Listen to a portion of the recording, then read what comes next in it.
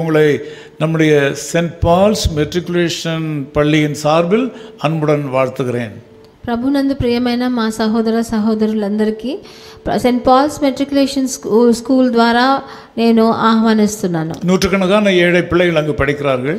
వందల కొలది చాలా బీద కుటుంబంలోంచి పిల్లలు చదువుతున్నారు. நல்ல திறமையான ஆசிரியர்கள் பணியாற்றுகிறார்கள். మంచిగా చాలా జ్ఞానంతో పనిచేసే వాళ్ళు చాలా మంది టీచర్స్ అక్కడ పనిచేస్తున్నారు. அந்த பிள்ளைகள் தேவனுடைய வார்த்தையினாலே நிரப்பப்படுகிறார்கள். అక్కడ ఉన్న పిల్లలు ప్రభు వచనంతో నింపబడుతున్నారు. 1 தெசலோனிக்கேயர் 5ஆம் அதிகாரம் 18ஆம் வசனத்திலே 1 తెస్సలోనికేయుల పత్రికలో 5వ అధికారంలో எல்லாவற்றையும் ஸ்தோத்திரம் செய்யுங்கள் என்று வேதம் சொல்கிறது. 18వ వచనంలో ప్రతి విషయమునందును కృతజ్ఞతాస్తుతులు చెల్లించుడి అని రాయబడి ఉన్నది. எல்லாவற்றிலும் என்பது முக்கியமான வார்த்தை. అన్ని విషయములందు అని రాయబడి ఉన్నది. இது எவ்வளவு பெரிய சத்தியமாக இருக்கிறது. ఇది ఎంత పెద్ద సత్యంగా ఉందని ఆలోచించండి. ஸ்தோத்திரம் செய்தல் அல்லது நன்றி தெரிவித்தல் என்பது எப்போது செய்யப்பட வேண்டியது? స్తుతించుట కాకపోతే కృతజ్ఞత స్తుతులు చెల్లించుట అన్నది ఎప్పుడు చేసేది కాదు. ஒருவரிடத்திலிருந்து ஒரு உதவியை நாம் பெறும்போது நன்றியா அல்லது ஸ்தோத்திரமையா என்று சொல்கிறோம். ఒకరి దగ్గర నుంచి మనకు ఏదైనా సహాయం దొరికినప్పుడు వందనాలయ్యా కృతజ్ఞతలయ్యా అని చెప్తాం మనం. ஆனால் துன்பத்தை தருகிற ஒரு மனிதரை பார்த்து அல்லது துன்ப சூழ்நிலையிலே தேங்க்யூ நன்றி உமக்கு ஸ்தோத்திரம் என்று சொல்வது எவ்வளவு கடினமான காரியம். మనకి కష్టాన్ని ఇచ్చే మనుషుల దగ్గర వందనాలు స్తుతులు థ్యాంక్ యూ అని మనం ఎప్పుడు చెప్పము. இதை நீங்கள் பல நேரங்களிலே கேட்டிருக்கிறீர்கள். ఇది ఎన్నోసార్లు మీ జీవితంలో వినుంటారు. கேள்வியாக கேட்டிருக்கிறீர்கள்.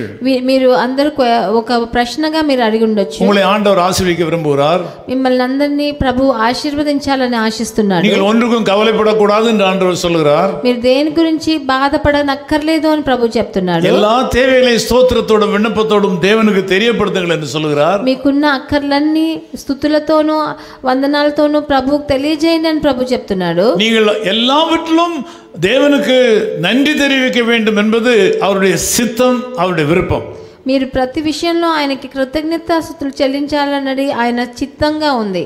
எப்படி முடியும் என்று கேட்பதற்கு நமக்கு அதிகாரம் இல்லை. అది ఎలా చేసేది అని అడిగేదానికి మనకి అధికారం நீங்கள் ஒன்றுக்கும் கவலைப்படாமல் அவருக்கு ஸ்தோத்திரம் செலுத்த வேண்டும். మీరు దేని గురించి బాధపడకుండా ఆయనకి కృతజ్ఞతాస్తుతులు చెల్లించాలి. நீங்கள் எல்லாவற்றிலும் அவருக்கு ஸ்தோத்திரம் செலுத்த வேண்டும். మీరు ప్రతి కార్యములో ఆయనకి వందనాలు చెల్లించాలి. எல்லா சூழ்நிலையிலும் அவருக்கு ஸ்தோத்திரம் செலுத்த வேண்டும். ప్రతి పరిస్థితిలో ఆయనకి మీరు కృతజ్ఞతాస్తుతులు ఇవ్వాలి. அவருக்கு ஸ்தோத்திரம் ஸ்தோத்திரம் ஸ்தோத்திரம் என்று சொல்வது நல்லது.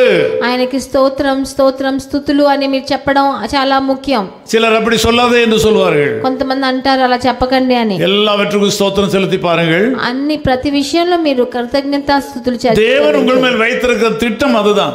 ప్రభు మీ గురించి పెట్టుకున్న పెద్ద ప్రణాళికే అది. இந்த ஜனத்தை எனக்கென்று ஏற்படுத்தினேன். నేను వీళ్ళని సృష్టించాను. அவர்கள் என்னை ஸ்தோத்திரம் பண்ணிக்கொண்டே இருப்பார்கள். వాళ్ళు నన్ను స్తుతిస్తూనే ఉంటానని చెప్పాడు. இந்த ஜனத்தை எனக்கென்று ஏற்படுத்தினேன். నేను నా జనులను ఏర్పరిచానని చెప్పాడు. இந்த ஜனங்கள் என்னை துதித்துக் கொண்டே இருப்பார்கள். వాళ్ళు ఎప్పుడు నన్ను స్తుతిస్తారని చెప్తాడు. இது அவர் உங்கள் மேல் வைத்திருக்கிற திட்டம், அவருடைய நோக்கம், அவருடைய சித்தம். ఆయన మీ గురించి పెట్టుకున్న ప్రణాళిక, ఆయన చిత్తం అదే. அதனுடைய முடிவு என்னவென்றால் దాని ముగింపు ఏంటంటే உங்கள் துக்கம் சந்தோஷமாய் மாறும். మీ దుఃఖం సంతోషంగా మారుతుంది. எல்லாவற்றுக்கும் ஸ்தோத்திரம் பண்ணுங்கள். అన్నిటి గురించి స్తుతులు చెల్లించండి. வியாதி படுக்கையில ஸ்தோத்திரம் ஸ்தோத்திரம் ஸ்தோத்திரம் சொல்லுங்கள். మీరు వ్యాధి పడకలో ఉన్నారా, అప్పుడు కూడా స్తుతులు స్తుతులు అని చెప్తూనే ఉండండి. கஷ்டமான சூழ்நிலையிலே ஸ்தோத்திரம் ஸ்தோத்திரம் ஸ்தோத்திரம் என்று சொல்லுங்கள். ఎంతో ఇబ్బందిలో ఉన్నప్పుడు కూడా స్తోత్రం స్తోత్రం వందనాలు అని చెప్పండి. சிலர் சொல்வார்கள் இது அர்த்தம் இல்லாமல் அப்படி சொல்லிக் கொண்டிருக்கீர்கள் என்று சொல்லி.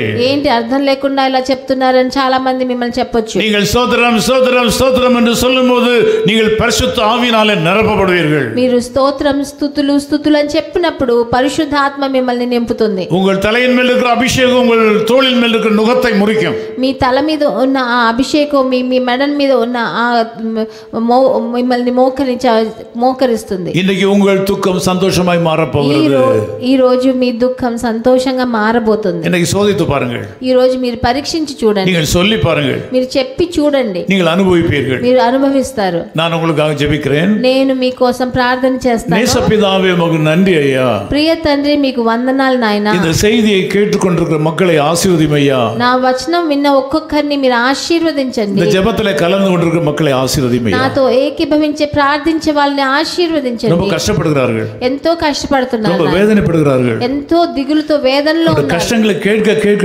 எங்களுக்கே கஷ்டமாக இருக்கிறது.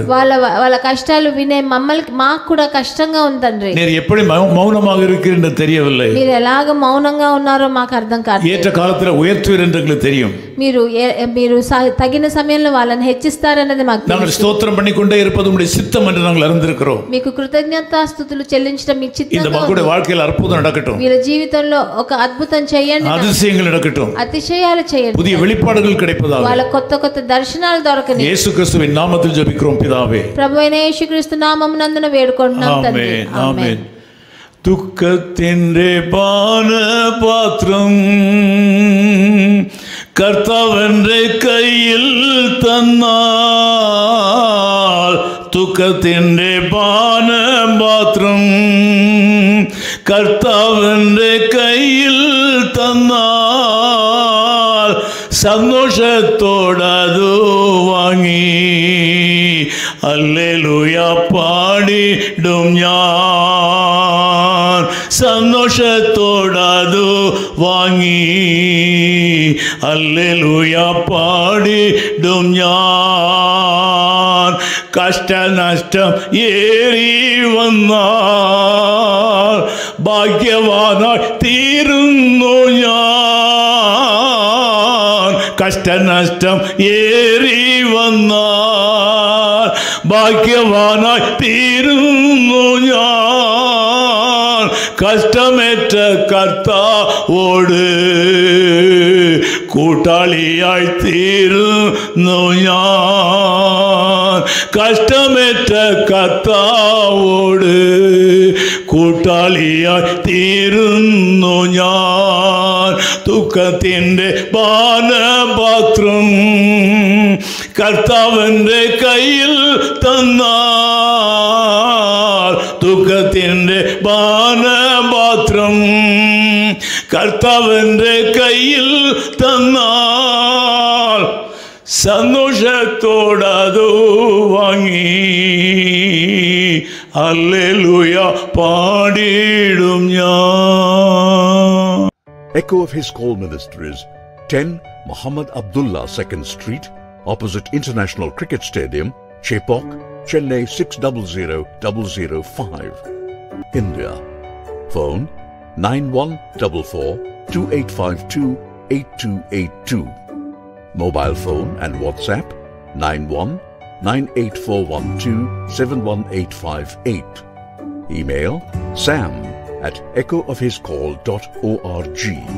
Website www.echoofhiscall.org. God bless you.